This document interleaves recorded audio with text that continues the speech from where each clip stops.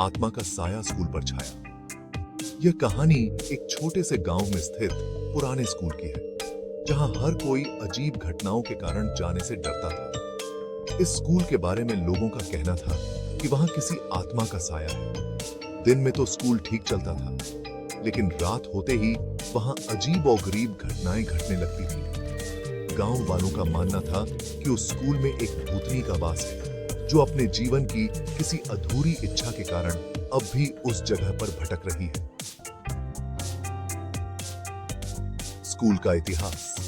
यह स्कूल लगभग 100 साल पुराना था और इसकी इमारत काफी जर्जर हो चुकी थी। लोगों का कहना था कि कई साल पहले एक छोटी बच्ची जो इसी स्कूल की छात्रा थी कि एक दुर्घटना में मौत हो गई थी। कहते हैं कि उसकी आत्मा अब भी स्कूल में भटकती रहती है, क्योंकि उसकी आत्मा को कभी शांति नहीं मिली। नए प्रिंसिपल का आगमन। एक दिन स्कूल में एक नया प्रिंसिपल आया। गांव के लोगों ने उसे आत्मा और अजीब घटनाओं के बारे में बताया, लेकिन उसने इन बातों को मजाक में उड़ा दिया। उसे इन सब बातों पर विश्वास नहीं था और उसने खुद से इन घटनाओं की सच्चाई जानने का फैसला किया। एक दिन उसने रात में स्कूल में रुकने का निश्चय किया, ताकि वह खुद देख सके कि वहां क्या हो रहा है। भूतिया रात की शुरुआत। रात के समय जब स्कूल पूरी तरह से शांत था, प्रिंसिपल ने महसूस किया कि वातावरण अचानक बदलने लगा। ठंडी हवाएं चलने लगीं और बिना किसी वजह के दरवाजे जोर से खुलने बंद होने लगे। उन्हें कक्षा से किसी के चलने की आवाजें आने लगीं।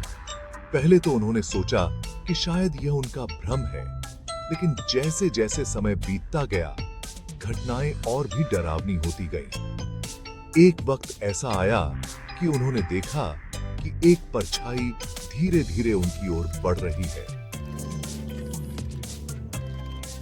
आत्मा का साया। प्रिंसिपल ने हिम्मत करके उस परछाई का पीछा किया और वह एक पुरानी कक्षा में पहुंचे। वहां उन्हें एक पुराने समय की छात्रा की तस्वीर दिखाई दी। तभी उन्हें एक बूढ़ी महिला ने बताया कि यह वही छात्रा है जिसकी कई साल पहले एक भयानक दुर्घटना में मौत हो गई थी। वह आत्मा अब तक स्कूल में शांति की तलाश में भटक रही थी। आत्मा को शांति मिली। प्रिंसिपल को यह समझ में आ गया कि उस आत्मा की अधूरी इच्छा उसे अब तक शांति नहीं लेने दे रही थी। उन्होंने गांव के पुजारी से मदद मांगी और स्कूल में एक विशेष पूजा का आयोजन किया। पूजा के बाद प्रिंसिपल ने महसूस किया कि स्कूल का वातावरण बदल गया है।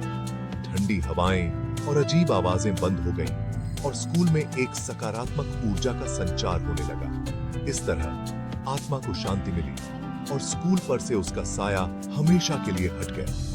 गांव के लोग भी अब चैन की सांस ले सके और बच्चों ने बिना किसी डर के फिर से स्कूल आना शुरू कर दिया।